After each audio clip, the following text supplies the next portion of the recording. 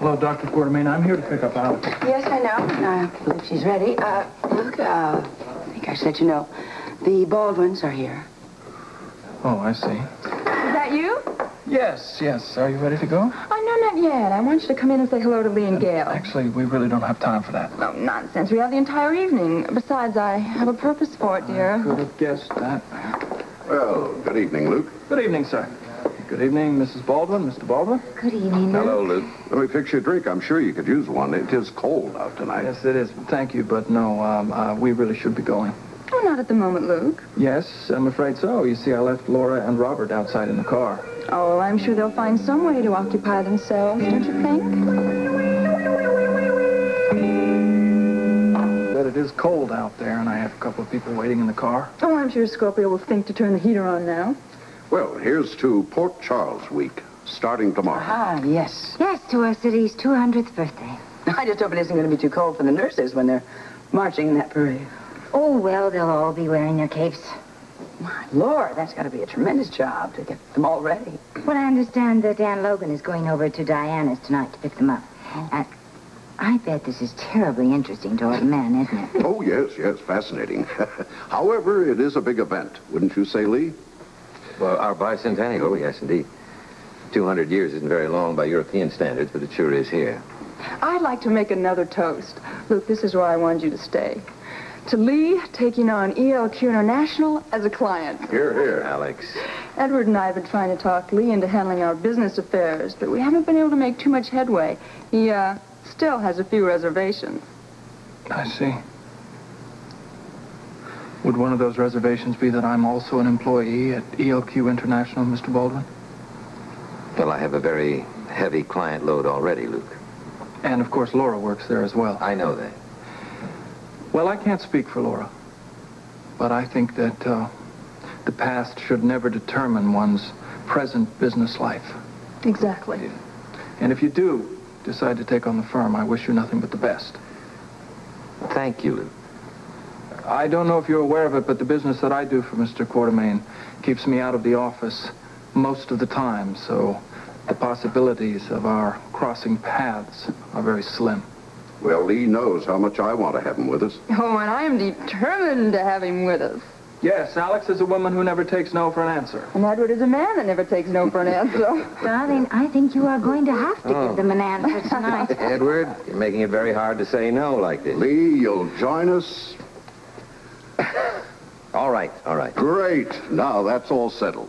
Well, all we have to do is discuss the size of your retainer. I just hope we can afford the Baldwin office. Oh, well, I think you can manage pinch a few pennies. Well, I am delighted. And it'll give us something extra special to celebrate tonight. Yes, and I think we should go. We do have to pick up Bobby and Joe. Have a nice evening. Thank you. Good night, Alex. Good night, Luke. Good night, all. Good night, Luke. I'll see you at the door.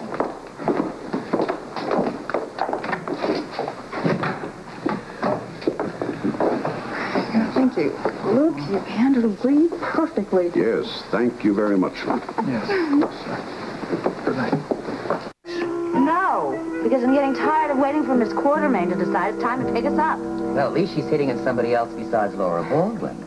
Well, that could be Well, that's another thing. Luke told me that he's bringing Laura and Scorpio with him to pick up Alex tonight. You're not ticked off because Laura Baldwin's coming, are you?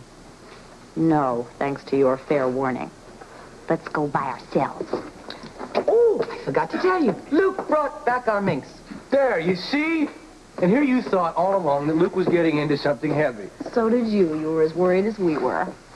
Well, he got out of it without a scratch, didn't he? This time. Come on, Joe. Let's go.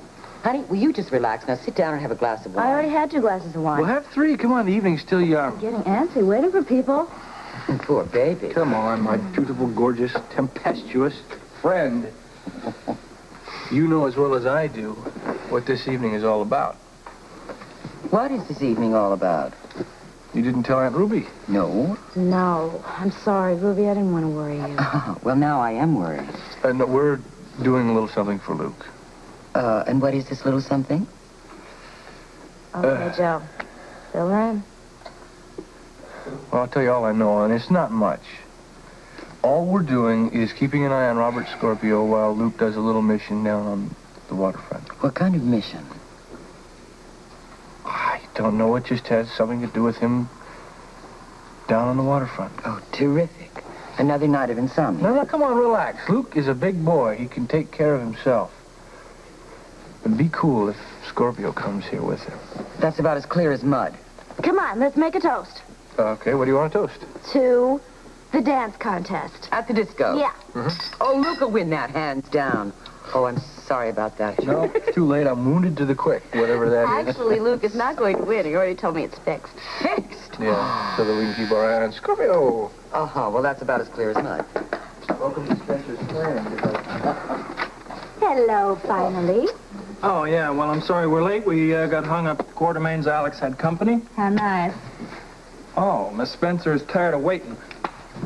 Oh, actually, no. We've been playing Spin the Bottle, another fun game. Hi, darling. You look wonderful as always. Well, I wasn't really prepared for company. Ah, the hell with company. Roberto, Xavier, Scorpio, you may kiss the hand of Ruby Anderson.